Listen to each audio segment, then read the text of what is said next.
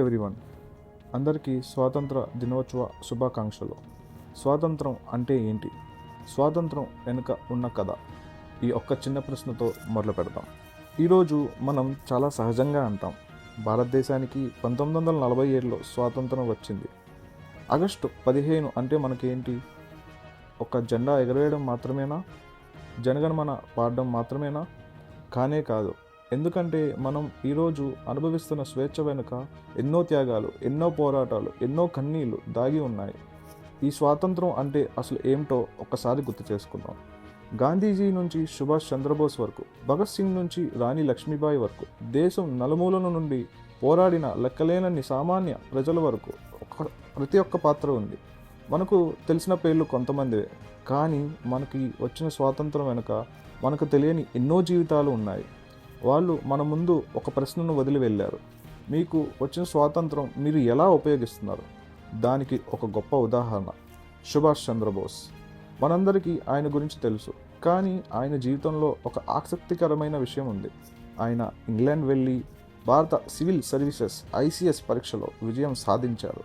అంటే ఆయన ముందు ఒక సురక్షితమైన ఉద్యోగ జీవితం ఉంది, ఒక మంచి భవిష్యత్తు ఉంది, సౌకర్యవంతమైన జీవితం గడిపే అవకాశం ఉంది. కానీ ఆయన తన ఉద్యోగ జీవితాన్ని వదిలి దేశ స్వాతంత్ర పోరాటం వైపు అడుగులు వేశారు. తర్వాత ఇండియన్ నేషనల్ ఆర్మీకి నాయకత్వం వహించారు. ఇక్కడ ఒక చిన్న జీవిత పాఠం ఉంది. మన భవిష్యత్తును నిర్ణయించేది మనకు లభించే అవకాశాలు మాత్రమే కాదు, మన నిర్ణయాలు కూడా. ఒక నిర్ణయం ఒక జీవితాన్ని మార్చగలదు, ఒక జీవితం ఒక తరాన్ని స్ఫూర్తిపరచగలదు, మరికొన్ని నిర్ణయాలు ఒక దేశ చరిత్రను కూడా మార్చగలవు. అయితే ఈరోజు మనం తీసుకుంటున్న నిర్ణయాలు ఏంటి?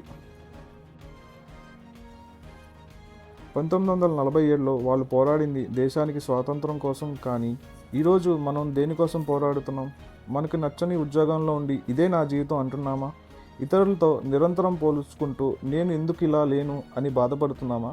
ఇతరులు ఏమనుకుంటారో అని మనకు నచ్చిన జీవితం జీవించకుండా ఉన్నామా? సామాజిక మాధ్యమాల్లో ఇతరులు పరిపూర్ణమైన జీవితాలను చూస్తూ మన సొంత జీవితాన్ని మర్చిపోతున్నామా? మనం దేశం బయటికి స్వేచ్ఛగా ఉంది, కానీ మన మనసు మాత్రం ఇంకా ఎన్నో విషయాలకు బంధింపబడి ఉండొచ్చు.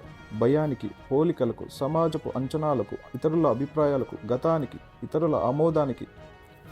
అప్పుడు ఒక్కసారి మనల్ని మనమే అడగాలి, నేను నిజంగా స్వేచ్ఛగా ఉన్నానా? నా దృష్టిలో స్వాతంత్రం అంటే మనకు నచ్చిన ప్రతిదీ చేయడం కాదు, మనకి సరైనది అనిపించడాన్ని ఎంచుకునే ధైర్యం. వద్దు అని చెప్పాల్సిన చోట వద్దు అని చెప్పగలడం, మన ఆనందాన్ని ఇతరులపై ఆధారపడకుండా ఉంచడం, మన తప్పులను అంగీకరించడం, మనం గతం నుంచి ముందుకు సాగడం, మనకు విలువనిచ్చే మనుషులను ఎంచుకోవడం, మనం ఎవరో అది దాచకుండా ఉండడం, మన కలలను ఇతరుల అంచనాల కోసం చంపుకోకుండా ఉండడం. ఇది ఒక రకమైన స్వాతంత్రం. కానీ ఇక్కడ ఇంకో ముఖ్యమైన విషయం వస్తుంది. స్వాతంత్రం అంటే బాధ్యత లేకపోవడం కాదు, మన స్వాతంత్రం ఎలా ఉపయోగిస్తున్నామనేది అసలు విషయం.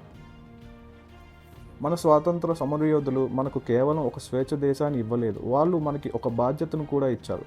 ఈ దేశాన్ని ఎలా ఉంచాలి, మన సమాజాన్ని ఎలా అభివృద్ధి చేయాలి, మన తర్వాతి తరానికి ఎలాంటి భారతదేశాన్ని ఇవ్వాలి, ఇవి కూడా మన బాధ్యతలు.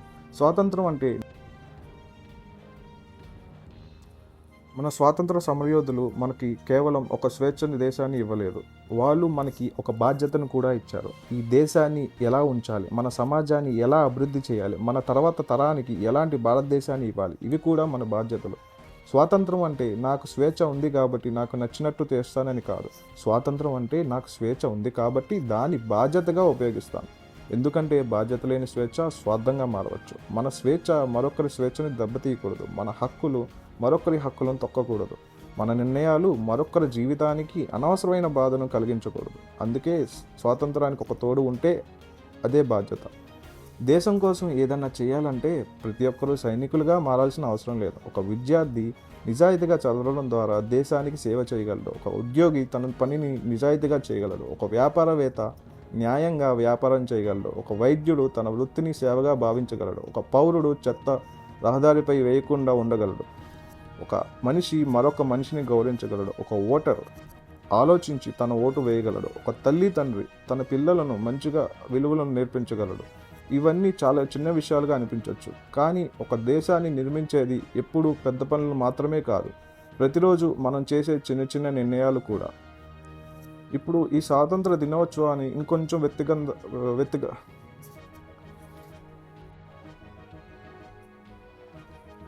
ఇప్పుడు ఈ స్వాతంత్ర దినోత్సవాన్ని ఇంకొంచెం వ్యక్తిగతంగా చేసుకుందాం. మన జీవితంలో చాలా విషయాలు మన నియంత్రణలో ఉండవు.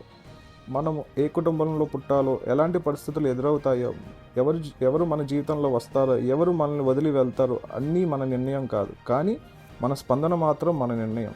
ఎవరితో ఉండాలో, ఏం నేర్చుకోవాలో, ఎవరిని క్షమించాలో, ఎప్పుడు ముందుకు సాగాలో, మన జీవితాన్ని ఏ దిశలో తీసుకెళ్లాలో చాలా వరకు మన నిర్ణయాలపై ఆధారపడి ఉంటుంది. అందుకే నీ జీవితం నీ నిర్ణయం.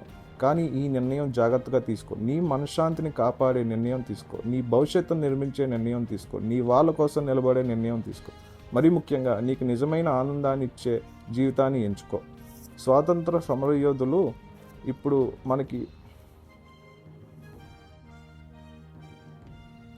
ఇప్పుడు ఒకసారి ఊహించుకోండి. భగత్ సింగ్, సుభాష్ చంద్రబోస్, గాంధీజీ, రాణి లక్ష్మీబాయి మరియు మనకి తెలియని ఎన్నో స్వాతంత్ర సమరయోధులు ఈరోజు మనల్ని చూసి ఉంటే వాళ్ళు గర్వపడేవారా, లేక మీరు ఇంకా చేయాల్సింది చాలా ఉంది అని చెప్పేవారా? ఈ ప్రశ్నకు సమాధానం చెప్పాల్సిన 79वां स्वतंत्रता दिवस। తనకు తానే సమాధానం చెప్పారు. आज हवा के झोंकों में अलग सी खुशबू है, फूलों की छटा और भी निखरी हुई, सुबह की रोशनी एक अलग चमक के साथ बिखरी हुई। हर बात में इन्हीं भावनाओं का समावेश है कि आज का दिन बड़ा विशेष है।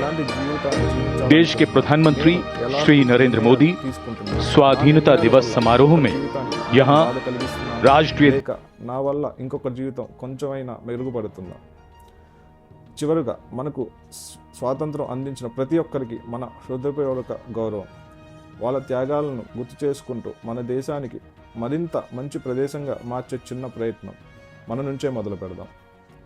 అందరికీ మరొక్కసారి స్వాతంత్ర దినోత్సవ శుభాకాంక్షలు. వందే మాతరం. జై హింద్.